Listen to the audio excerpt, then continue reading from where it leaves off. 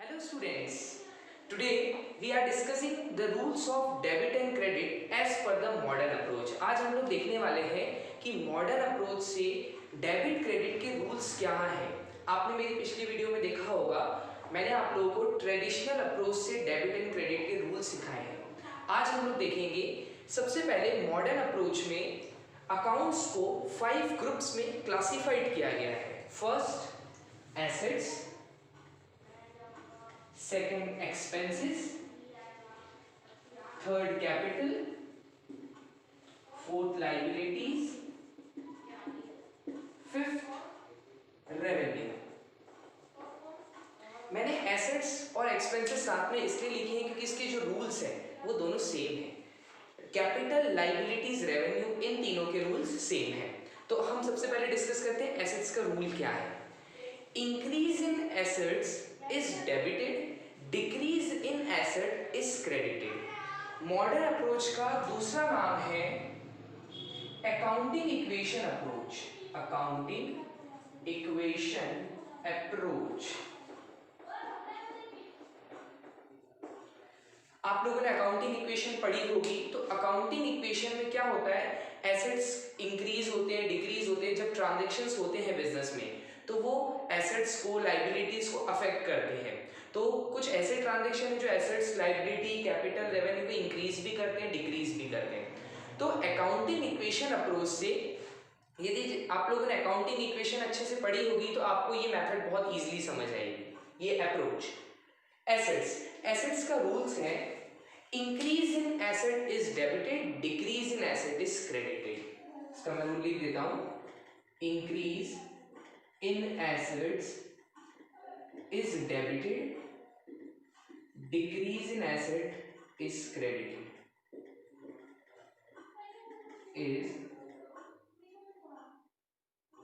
is credited। यदि कोई भी एसेट्स बढ़ रहा है तो उसको डेबिट करना है, कोई भी एसेट्स यदि घट रहा है तो उसको क्रेडिट करना है। यहाँ पे कॉम्बिनेशन है। मैं कुछ सारे फॉर्मूलेज आप लोगों को पहले बता देता हूँ, उसके बाद मैं आपको जर्नल एंट्री में इसको अप्लाई करना सिखाऊंगा। नेक्स्ट है एक्सपेंसेस का फॉर्मूला भी एसेट्स के जैसा है। Increase in expenses is debited, decrease in expenses credited. Increase in expenses is debited, decrease in expenses is credited।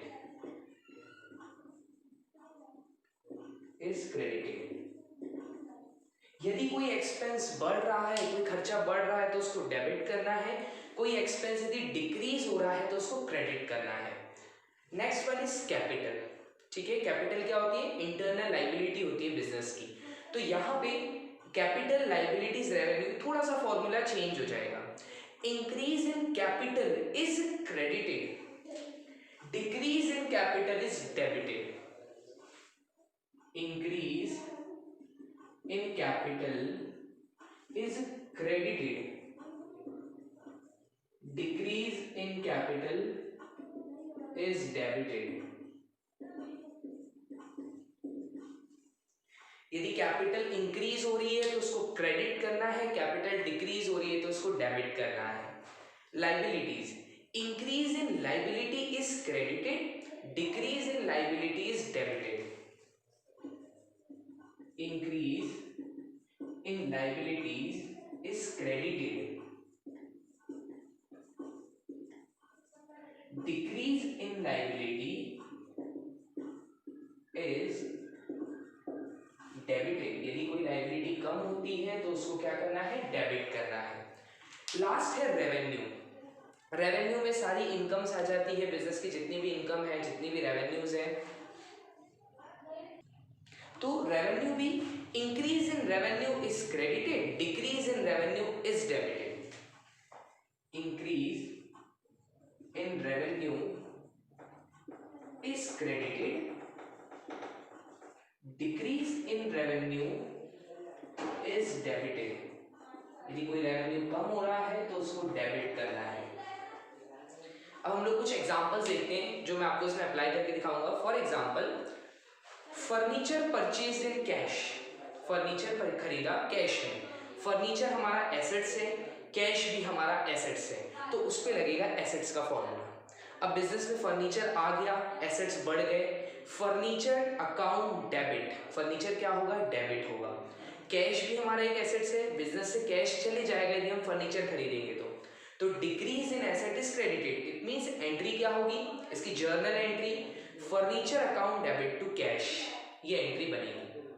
अब हम कोई एक्सपेंस उठाते हैं, for example purchase goods worth ₹10,000, हम जो गुड्स परचेज करते हैं, परचेज हमारी एक्सपेंस है, तो परचेज क्या है, एक्सपेंस, यानी हम बिजनेस में गुड्स खरीदा है तो खर्चे बढ़ गए।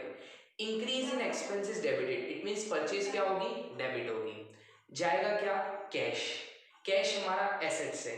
Decrease in asset is credited, क्योंकि हम कैश से पेमेंट करेंगे तो हमारा एक एसेट्स कम हो जाएगा, तो एंट्री क्या बनेगी, purchase account debit to cash. अब मैं आपको एक लायबिलिटी का या कैपिटल का एग्जांपल लेते हैं हम लोग। बिजनेसमैन इंट्रोड्यूस कैपिटल ₹10,000, या फिर बोल सकते हो messrs ABC started business with cash ₹2 lakh. Messrs ABC ने 2 लाख रुपए से अपना बिजनेस स्टार्ट किया। अब बिजनेस में कैश आया होगा, कैश आया तो कैश हमारा एसेट्स है। Increase in asset is debited, it means cash क्या होने वाला है, डेबिट होने वाला है। कैपिटल क्या है, कैपिटल पे कैपिटल का फॉर्मूला लगता है।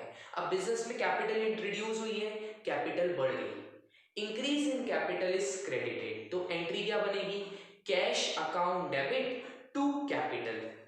अब हम एक सपोज एक लायबिलिटी का एग्जांपल लेते हैं। Goods purchase from messrs Mohan in on credit, या फिर सिर्फ पार्टी का नाम भी दिया है तो वो क्रेडिट परचेज ही कहलाती है। Goods purchase from Mohan ₹20,000, Mohan से 20,000 का सामान खरीदा। मोहन कौन है हमारा, क्रेडिटर्स। क्रेडिटर्स क्या होते हैं, लायबिलिटीज होती है, करेंट लायबिलिटीज होती है क्रेडिटर हमारी, और हमारे पास क्या हुआ, परचेज, परचेज हमारा एक्सपेंस है। तो कॉम्बिनेशंस होते हैं, एक चीज यहाँ का फॉर्मूला लगेगा, एक जगह पे यहाँ का फॉर्मूला लगेगा, तो कॉम्बिनेशन बन रहा है यहाँ। परचेज एक्सपेंस है, खर्चे बढ़ जाएंगे, परचेज क्या होगी, डेबिट होगी, increase in expenses debited, purchase account debit to Messrs Mohan, क्योंकि मेसर्स मोहन हमारा क्रेडिटर है, हमने उससे क्रेडिट में सामान खरीदा है, इट मींस हमारी लायबिलिटी बढ़ गई। Increase in liability is credited, तो एंट्री क्या होगी, purchase account debit to Mohan. अब हम एक रेवेन्यू का एग्जांपल लेते हैं, for example sales. Goods sold ₹20,000, तो रेवेन्यू का एग्जांपल क्या है, गुड्स सोल्ड ₹20,000, गुड्स बेचा 20,000 का, तो कैश आया होगा, और सेल्स क्या है, रेवेन्यू है, इनकम है, तो बिजनेस में रेवेन्यू बढ़ गया, कैश आया होगा तो एसेट्स बढ़ गए। Increase in asset is debited, cash क्या होगा, डेबिट होगा, सेल्स क्या होगी, क्रेडिट होगी, क्योंकि सेल्स क्या है, रेवेन्यू, और रेवेन्यू बढ़ रहा है। Increase in revenue is credited, तो एंट्री क्या होगी, cash account debit to sales account. तो यहाँ पे हमने आज रूल्स देखे डेबिट क्रेडिट के एज पर मॉडर्न अप्रोच। अब मैं आप लोगों को नेक्स्ट वीडियो में एक न्यूमेरिकल क्वेश्चन बताऊंगा, वो पहले हम लोग सेम क्वेश्चन को हम लोग ट्रेडिशनल अप्रोच से करेंगे और उसी सेम क्वेश्चन को हम मॉडर्न अप्रोच से करेंगे। जो अप्रोच आपको इजी लगती है आप उसको हमेशा के लिए फॉलो कर सकते हैं।